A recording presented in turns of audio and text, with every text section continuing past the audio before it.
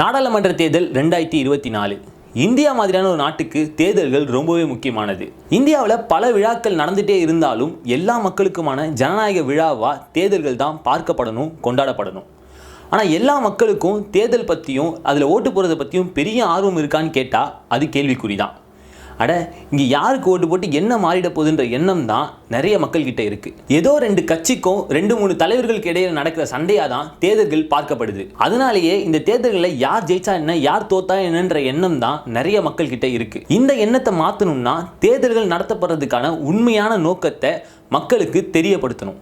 அந்த தேர்தலில் நம்ம எல்லாரும் ஓட்டு போடணும்னு சொல்றது நம்ம நாடு நமக்கு தந்திருக்க மிகப்பெரிய அதிகாரம்னு புரிய வைக்கணும். பல ஆயிரம் ஆண்டுகளாக ஏதோ ஒரு மன்னர் ஆட்சியிலையோ இல்லை ஏதோ ஒரு மத தலைவர்கள் ஆட்சியிலையோ இல்லை பிரிட்டிஷ் மாதிரியான காலனி ஆட்சியிலோ தான் நம்ம நாடு இருந்துச்சு. அந்த காலத்தில் வாழ்ந்த நம்ம முன்னோர்களுக்கு அவங்கள ஆட்சி பண்ணுற மன்னர்களையோ இல்லை தலைவர்களையோ தேர்ந்தெடுக்கிற உரிமை இருந்ததே இல்லை. அவங்க எந்த ஆட்சி காலத்தில் பிறக்கிறாங்களோ அந்த ஆட்சி அவங்களுக்கு பிடிக்குதோ இல்லையோ அந்த அரசாட்சிக்கு கீழே அவங்க வாழ்ந்து தான் ஆகணும்.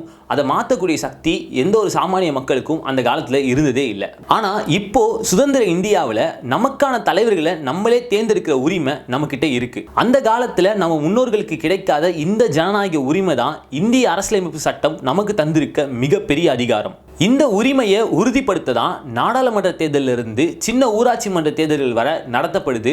நமக்கான பிரதிநிதிகளை நம்மளே தேர்ந்தெடுத்துக்கவும் முடியுது. அவங்க தவறு பண்ணா அவங்கள மாற்றக்கூடிய அதிகாரமும் 5 வருஷத்துக்கு ஒரு முறைன்னு நம்ம கையில் வழங்கப்படுது. இந்த தேர்தல்கள் மேலேயும் இது நடத்தப்படுற முறைகள் மேலேயும் நமக்கு பல விமர்சனங்கள் இருக்கலாம். ஆனாலும் ஆட்சியாளர்களுக்கு தங்களோட ஆட்சியோட ஆயுட்காலம் மக்கள் கையில் தான் இருக்குன்னு ஒவ்வொரு தேர்தல்களும் நினைவுபடுத்திட்டே இருக்கும். அதனால தான் இந்த தேர்தல் காலங்களில் எல்லா அதிகாரமும் எல்லா தலைவர்களும் நம்மளை தேடி வராங்க.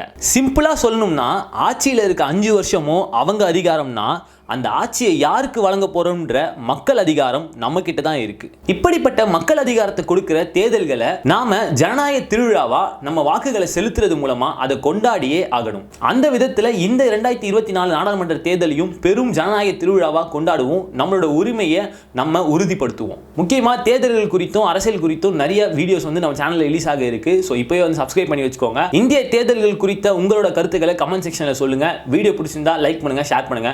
நன்றி மக்களே.